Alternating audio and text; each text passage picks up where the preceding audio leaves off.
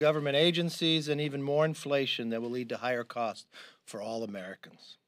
Those are all on the table. Yet the details change by the minute. It could have changed since I walked in here.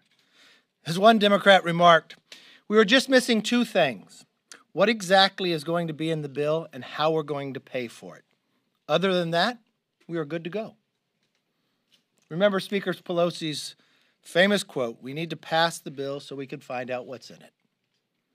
When the White House rushes out a framework hours before the president comes to the Hill, you know they are desperate and just grasping for straws. This is no longer a Congress where the best ideas compete. They're now competing for a vote based upon when Air Force One lands in Rome. I have a hard time believing that the American public thinks it's a good idea for 87,000 more IRS agents. We begin to hear different things that are getting pulled out of the bill.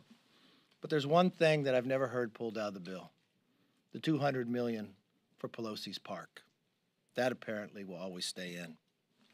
Speaker Pelosi has called this tax and spend bill the culmination of her career. She said it just a couple weeks ago in this very room. Based upon the number of Democrats jumping ship, this may be the culmination of many congressional careers. Think about it. Every week, a new Democrat announces their retirement. The Democratic budget chair, only in his second term as chair, has called it quits. Congresswoman Sherry Bustos, former DCCC chairwoman, has called it quits. And 15% of the Democratic leaders on appropriation has called it quits. With Thanksgiving around the corner, it's going to be the most expensive Thanksgiving for Americans. I wonder if President feels a little like Charlie Brown in that famous scene with the football. His advisors tell him to come back up to the Hill. They promise this time Speaker Pelosi won't pull it out from under her. But we'll find out today if she does the exact same thing. You know, I agree with the House Majority Whip who said, "I'm not too sure that the Democrats have yet developed the will to win in 2022. So as the lame duck speaker jets around the world on her farewell tour and puts together a multi-trillion-dollar bill in her office, you have to wonder, how long until the rest of the Democrats wake up? Speaker Pelosi has destroyed this institution and its ability to function on behalf of the American public. As more Democrats tap out, Republicans are ready to put America back on the field to turn our country around and build a country that all can be proud of. With that, let me open it up for questions. Yes, ma'am. If Speaker Pelosi does bring this vote up to the floor today on the bipartisan infrastructure proposal that has passed the Senate, how many of your Republican members do you expect to vote in favor of it? And have you talked to any of them who have previously voiced support about not supporting it? I've heard from some who said they would have supported it before, but when the President Biden and Speaker Pelosi made it one bill, many of them pulled off. I don't expect few, if any, to vote for it if it comes to the floor today. I don't know if it will make it to the floor. You know what's interesting? Talking to many of the Democrats, they saw what happened to Josh Gottheimer, that he was given a promise by Speaker Pelosi.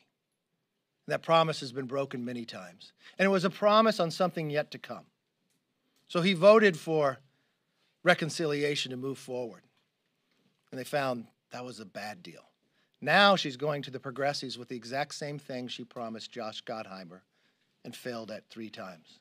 I'm not sure the progressives will buy that maybe in the future they'll get something. Maybe in the future they'll have a vote. Maybe in the future vote for something today with not knowing what's in it for tomorrow. I think it's hard for them to bring it to the floor. Yes?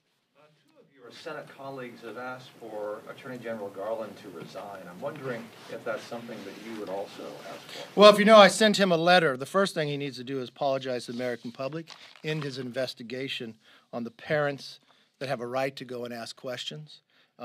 You had the school boards actually rescind their letter. That's what he based his investigation on. I watched his hearing yesterday. It was despicable. That is not becoming of an attorney general, and we could do much better. Yes, sir. Yeah, I want to ask you, a while back you had indicated you didn't support the January 6th commission because you said it wasn't bipartisan because it did not include Antifa and Black Lives Matter.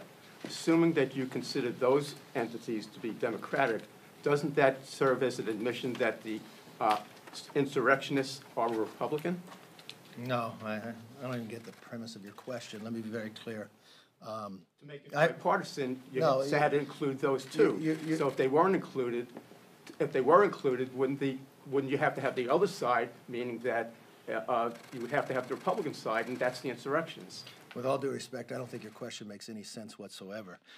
When I talked about January 6th and having a bipartisan commission, that would be equal Republicans and Democrats. That would be doing exactly what we have always done on a select committee, that the minority could nominate the individuals from their party onto the committee. Your question raises totally different. Yes. Following up on the question about votes on the bipartisan infrastructure bill. Some of your members who are in tough re-elections, I know there's lots of seats aren't drawn, et cetera, but do you expect some members to vote for it because it would be good for them politically? I don't see how it'd be good for them politically. Let's think about this. It's not viewed as one bill anymore. Not just the speaker, the president always views it as a combination together, that you can't pass one without the other. If it was one bill, why did the president come here twice and promise them? Why is the speaker sitting down with the progressives and promising something based to get their vote on this bill? Why is the president laying out a framework on another bill to promise to vote for this bill? It's one bill together. So politically, for anyone, I don't think it's a smart bill whatsoever. That's why I think it'd be difficult for people to vote for it. Had they kept it separate, had they worked with Republicans who were actually on the Transportation Committee, which we wanted to do, which we sat down, which we produced legislation for, America needs infrastructure. I'm from California. I sit back and I look at the hundreds of ships sitting out there, the failures of this administration. And when I look at the supply side, it should be fundamentally different. Yeah, we need to improve our ports, but we should be making those products in America, and those ships should be going to other countries, bringing our products to them. I don't see it a bill that Republicans should vote for based upon what the Democrats have done in the president. So 19 senators, including McConnell, voted for it in the Senate. You know, it's interesting. I've had phone calls even from some of those 19 who voted for it, even today, telling me people shouldn't vote for it. I think what happened when it came out of the Senate, those are private conversations, but good question. Well done. They will tell you personally, when it came out of the Senate way back in August, it was viewed as doing one bill. When they saw it, it was viewed as one bill. It was the Speaker and the President who, even on the day that he made the agreement at the White House, said one thing and later in the day said another, that it couldn't move without reconciliation. They have put it into one. It is no longer a single infrastructure bill. This is all viewed as one reconciliation bill as a whole. Yes, sir. So what are those Senate Republicans telling you precisely in a call today? I had a phone call with a senator today who voted for the bill, whose recommendation, they even had a conversation with their congressional members that they recommend not voting for it because it's viewed as one bill. That's going from a person who voted for it and believes that it's one bill based upon what the president and speaker has done. I think we'll be here for quite a while today. I think the screen will be up for a while until they figure out one more time, do they make Joe Biden look like Charlie Brown and Nancy Pelosi be Lucy, pull the football out from under him. Have a good day.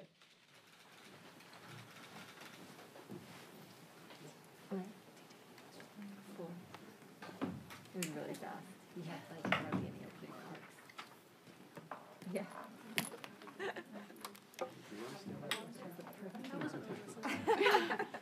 I was trying to take any of that.